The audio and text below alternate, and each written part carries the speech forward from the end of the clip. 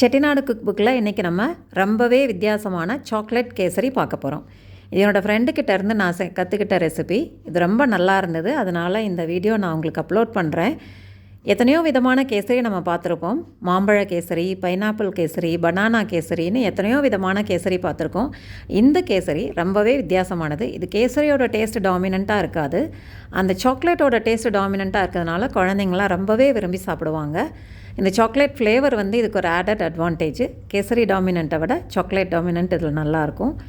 இது செய்கிறதும் ரொம்பவே சுலபந்தான். எப்படி செய்யலான்னு பார்த்துடலாம் இப்போது.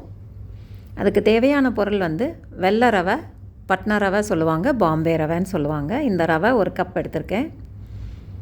வெல்லம் தட்டினது 1 கப் எடுத்திருக்கேன். முந்திரி, திராட்சை, கொக்கோ பவுடர் 2 ஹீப் டீஸ்பூன் எடுத்திருக்கேன். 2லேருந்து 3 ஹீப் டீஸ்பூன் வரைக்கும் எடுத்துக்கலாம். உங்களுக்கு சாக்லேட் டேஸ்ட் பிடிக்கும் அப்படின்னு சொன்னால் 3 டீஸ்பூன் எடுத்துக்கலாம். கேட்பரிஸ் கொக்கோ பவுடர் 2லேருந்து 3 ஹீப் டீஸ்பூன் எடுத்திருக்கேன். நெய் 2 டேபிள் ஸ்பூன் எடுத்திருக்கேன். ஏலக்காய் 3. இப்போ நம்ம ஒரு பேன் சூடு பண்ணிவிட்டு கொஞ்சோண்டு நெய் சேர்த்துறேன். சேர்த்துட்டு முந்திரியும் அதில் சேர்த்துடலாம். இது பொன்னிறமாக வறுபட்டு வரும்போது, கொஞ்சம் கலர் மாறும்போது திராட்சையை சேர்த்துடலாம். 2 சேர்ந்து கோல்டன் எல்லோ ஆகும்போது எடுத்துடுறேன். எடுத்துகிட்டு அதே பேனில் அந்த 1 கப் ரவையை சேர்த்து வறுத்துடலாம்.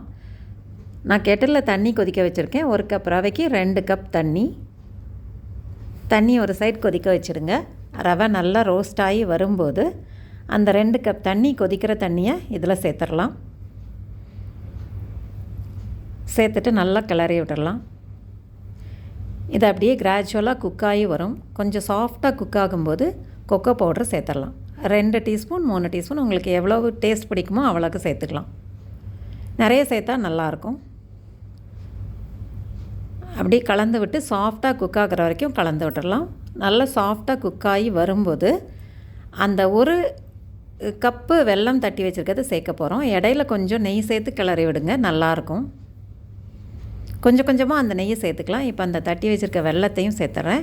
உங்களுக்கு வெல்லம் வேண்டாட்டி சுகரும் சேர்த்துக்கலாம். வெல்லம் ஆரோக்கியத்துக்கு நல்லதுங்கிறதுனால நான் வெல்லம் சேர்க்குறேன்.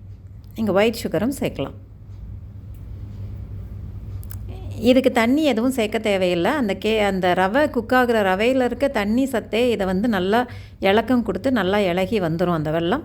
அதுக்குன்னு நீங்கள் தண்ணி எதுவும் சேர்க்க வேணாம். 1:2 தண்ணி சேர்த்து அந்த ரவை வெந்ததுக்கப்புறம் வெல்லம் சேர்த்துடலாம். அதுலேயே வெல்லம் இலகி வந்துடும். இது பாருங்கள், நல்லா இலகி வந்துடுச்சு. இது இலகி வந்துட்டு அப்படியே கிராஜுவலாக அதுவே கெட்டியாகிடும். அதுக்காக நீங்கள் தண்ணி ஆகிடுச்சேன்னு கிண்டிகிட்டே இருக்கணுங்கிற அவசியம் இல்லை. ரவை குக் ஆகிடுச்சுன்னா போதும், வெல்லம் கரைஞ்சிருச்சுன்னா போதும். மிச்சம் இருக்க நெய் எல்லாத்தையும் சேர்த்துடலாம். சேர்த்து ஒரு 2 நிமிஷம் அப்படியே மீடியம் ஃப்ளேமில் குக் பண்ணிவிட்டு ஏலக்காய், தட்டி வச்சுருக்க ஏலக்காய் அதையும் சேர்த்து நல்லா கலந்து விட்டுறேன். நல்ல ஒரு எல்லாமே நல்லா இதை மிக்ஸ் ஆகிற மாதிரி கலந்து விட்டுட்டு ஒரு பிளேட்டில் க்ரீஸ் தடவி வச்சுருக்கேன். அதில் நம்ம இதை ட்ரான்ஸ்ஃபர் பண்ண போகிறோம். 2 நிமிஷம் ஆயிடுச்சு. நம்ம வறுத்து வச்சுருக்க முந்திரியை இதில் சேர்த்துடுறேன். முந்திரி, திராட்சை சேர்த்து கலந்துட்டு இதை இப்போது பிளேட்டுக்கு ட்ரான்ஸ்ஃபர் பண்ணிடலாம். இது ஆறுச்சுன்னா கெட்டி ஆகிடும். இப்போ நம்ம பிளேட்டில் மாற்றிடலாம். நமக்கு வேணுங்கிற ஷேப்க்கு இது பண்ணிக்கலாம். நான் இப்போ அது கேக்கோட லுக்கு வர மாதிரி இதை ரவுண்ட் ஷேப்புக்கு கேக் மாதிரி செய்ய போகிறோம்.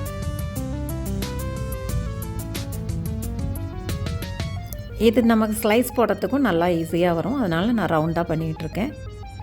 லைட்டாக நெய் தொட்டுக்கங்க. வேணும்னா மேலே அப்படி ஸ்மூத் சர்ஃபேஸ் வர மாதிரி தடவி விட்டுட்டு முந்திரி, நம்ம நட்ஸு நிறைய வேணும்னா அதை நிறைய வறுத்துட்டு மேலே டெக்கரேட் பண்ணிடலாம். பாருங்கள், பார்க்குறக்கே எவ்வளோ நல்லா இருக்குன்னு. ரொம்ப ஈஸியாக செஞ்சிட்டோம், சிம்பிளாகவும் செஞ்சிட்டோம், அட்டகாசமாக இருக்கும். இதை செஞ்சு பார்த்துட்டு உங்களோட ஃபீட்பேக் எங்களுக்கு கொடுங்க. தேங்க்ஸ் ஃபார் வாட்சிங். சுவையை ரசிக்கலாம் வாங்க.